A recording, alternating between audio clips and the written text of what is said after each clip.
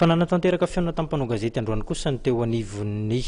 Birao Mahaleotena misahana ny ady atao amin'ny kolikoly na ny Bianco nandritra izany fotoana izany no nitondran'ny tale général ny Bianco ny fanazavana makasika ny rara professeur Alain Indrazanarvelo nosoritan'ny général Falrabetrano ary fa tsy misy ifandraisany amin'ny tontolo politika ny fanadihadiana izay ataon'ny Bianco amin'izao fotoana izao. Vola Ravavy Tsirakotorson mamitana ny vaovao.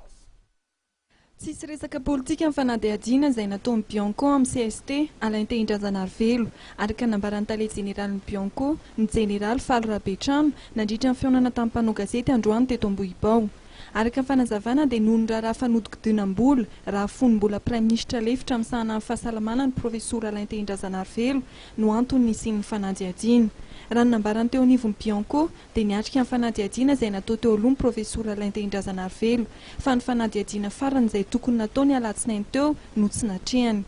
Nampafantatra ny Bianco fa efa nalefan'izy ireo ny fitsarana toy ny fanadihadiana momba io raharaha io. Araka nazavaiko anareo teo reny nahazo fitarainana izay mikasika an'ireny eto moa zany dia fanteny teo fanodidonana volam-panjakana nisy teo dia nanao ny fanadihadiana zany izay nanomboka tamin'ny 2011 noho ny masa tompona andraikitra ambony isan-karazany tafiditra tao anatiny dia sarotra be zany rotona teo reny izay fa nahavita ny famaranana n'ilay famitorana dia ny anjaranay zany dia rehefa tapitra ny famitorana dia tsy maintsy lalana tsy maintsy alehan'le dossier natao ny anaterana azy any amin'ny fitsarana zay no anjaranay hoe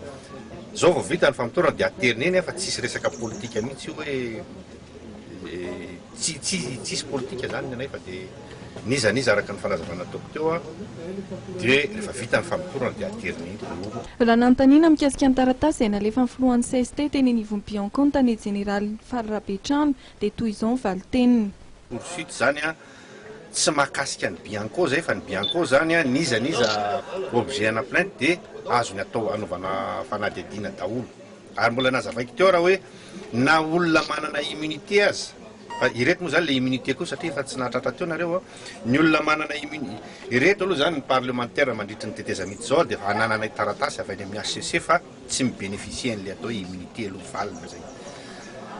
Na olona manana immunité raha mandritra ny fanjakana normal zany fa tsy teteza mita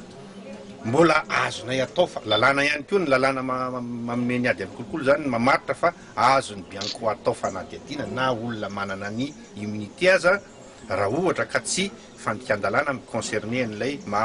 eo amina sase parlementaire azy. Nampahafantariny teo anivon'ny Bianco ihany koa fa raha mikasika amin'ny fanodikodinam-bolam-panjakana nataona ministera efatra niaraka tamin'ny mpikambana amin'ny kabinetra nandalo teo anivon'ny Bianco nanomboka tamin'ny taona 2004. Raha nandritra n'izay teteza mihitsy zay ministre zany nisy efatra zany zay navitako dossier ngezabe mitovy amin'io ary ireo misy ministre dia misy secrétaire général ny gouvernement tsy gouvernement misy secrétaire général na ministère dia vita somatsara daholo koa ny dossier an'ireny dia naterina ny fitsarana zay zany ny asanay hatreo no azo tenenina fa mbola tsy afaka hitenen'le olona hoe iza le olona na inona le nataony satria araka le nazavaiko anareo rehetra teo dia tenu par le secret de